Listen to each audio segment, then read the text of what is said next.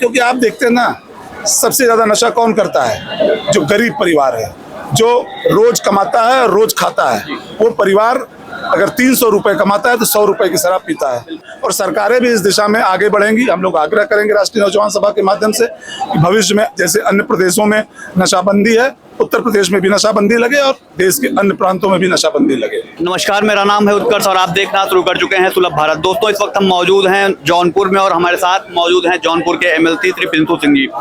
Sir, Sardar Vallabh भाई पटेल की जयंती और राष्ट्रवादी नौजवान सभा की ये यात्रा क्या संदेश देना चाह रहे हैं? देखिए, सरदार वल्लभ भाई पटेल ने आजादी के संघर्षों में जितना योगदान दिया, उसके बाद देश के गृह मंत्री ही बनते ही उन्होंने एक ऐसा कार्य किया कि देश की जो बटी हुई रियासतें थी, छोटी छोटी रियासतें थी, जो टुकड़ों में बटा था पूरा देश, उसको एकजुट करके, सबसे वार्ता करके एक अखंड राष्ट्र का जो निर्माण किया और जो नींव रखी, वही हिंदुस्तान आज विश्व गुरु के रूप में बढ़ रहा है। देश के यशस्वी प्रधानमंत्री मोदी जी के नेतृत्व में हम 2047 तक आत्मनिर्भर भारत बनने की दिशा में बढ़ रहे हैं।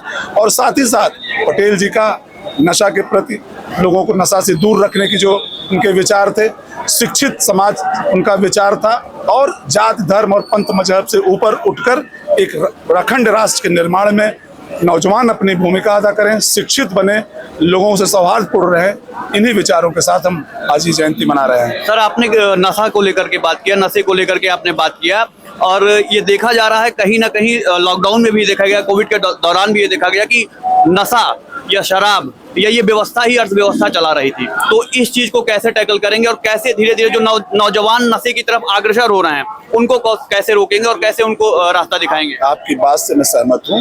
देखिए, बहुत सारे स्टेट ने नशे पर प्रतिबंध भी लगाया है इसी देश में, और वो एक आय का साधन है, मैं इसको मानता हूँ, उससे अर्थव्यवस्था भी प्रभावित होती है। लेकिन हमें धीरे धीरे अब हम और भी रिसोर्सेस अपने डेवलप करें, और मैं नहीं कहता कि एक दिन में इसको हम पूर्ण कर लेंगे, लेकिन धीरे धीरे इस प्रवृत्ति से लोगों को अवेयर करके, लोगों को जन जागृत करके, उनके परिवार, क्योंकि आप देखते हैं ना, सबसे ज्यादा नशा कौन करता है? जो गरीब परिवार है, जो रोज कमाता है और रोज खाता है। वो परिवार अगर 300 रुपए कमाता है तो 100 रुपए की शराब पीता है।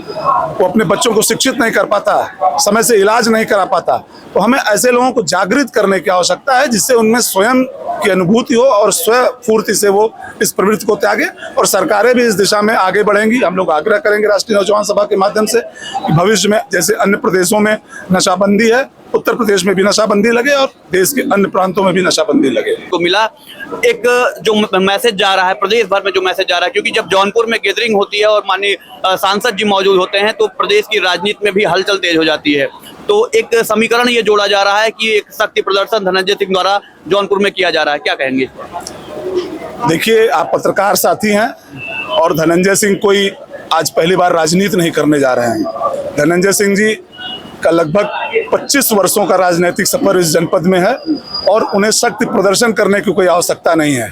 जनता का अपार प्रेम, स्नेह, आशीर्वाद उनके प्रति हमेशा रहता है, जिसको आप हर चुनाव में देखते हैं। कभी भी उनके मतों की संख्या कम नहीं हुई, उनके मत दिन प्रतिदिन बढ़ते रहते हैं। तो यहाँ शक्ति प्रदर्शन जैसा कोई विषय नहीं है। ये राष्ट्र के लिए समर्पित था, तिरंगा यात्रा थी। सरदार वल्लभ भाई पटेल की 150वीं जयंती, रन फॉर यूनिटी के लिए पूरा राष्ट्र आज जगह जगह पर मना रहा है, प्रधानमंत्री जी के नेतृत्व में, मुख्यमंत्री जी के मार्गदर्शन में। उसी क्रम में राष्ट्रवादी नौजवान सभा के तत्वाधान में सांसद जी, मैं और हमारे सारे साथी, सभी लोग मिलकर इस कार्यक्रम में सम्मिलित हुए, यात्रा को निकाले।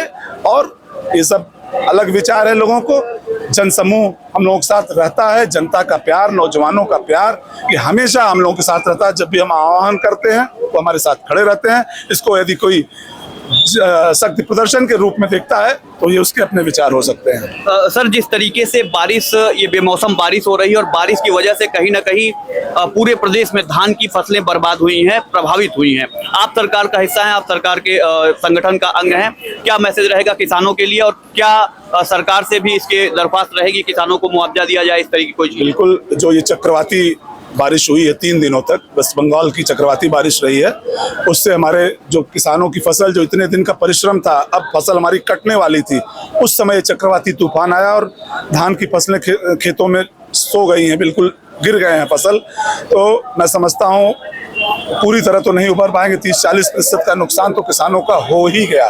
तो हम अपने हमारे मुख्यमंत्री जी आदरणीय योगी आदित्यनाथ जी बहुत ही संवेदनशील हैं, किसानों को लेकर उनकी संवेदनशीलता आप देखते रहते हैं। तो निश्चित रूप से हम लोग भी आग्रह करेंगे और उनको एक संदेश भी देंगे, उनको आग्रह भी करेंगे कि इस दिशा में किसानों के प्रति संवेदनशीलता के साथ चिंतन करके जो भी एक उचित व्यवस्था बनेगी उसको वो लागू करने का प्रयास करेगी उत्तर प्रदेश सरकार। सर, आखिरी प्रश्न आपसे हम लेंगे। आज जौनपुर में आप एकत्रित हुए हैं, आप एक बड़े जनसमूह के साथ एक यात्रा निकाल रहे हैं, वहीं दूसरी तरफ प्रतापगढ़ है, वहां पर राष्ट्रीय अध्यक्ष जनसत्ता दल लोकतांत्रिक का जन्म दिवस आज है और एक अलग यात्रा, एक अलग तरीके से वो मनाया जा रहा है। तो राजा भैया के जन्म दिवस को लेकर आप क्या कहना चाहेंगे? राजा भैया जी का जन्मदिन है, उनको जन्मदिन की ढेर सारी शुभकामनाएं, दीर्घायु हो, यशस्वी हो और इसी तरीके से जनमानस की सेवा करते रहें। और जन्मदिन खुशी का अवसर है, बिल्कुल मनाना चाहिए। अगर लोग इकट्ठे हैं, उनकी लोकप्रियता है जनपद में, प्रदेश में, लोग इकट्ठे होकर अगर उनका जन्मदिन मना रहे हैं तो बड़ा हर्ष का विषय है। युवाओं के नाम सर क्या संदेश रहेगा? युवाओं के लिए हमने पहले भी बोला है, युवा अपने आप को राष्ट्र से जोड़ें, राष्ट्र प्रथम की भाव से काम करें, नशे की प्रवृत्ति को त्यागें और शिक्षित बने, लोगों को भी शिक्षा के लिए प्रेरित करें। बहुत बहुत धन्यवाद सर, अपना कीमती समय हमें देने के लिए। धन्यवाद।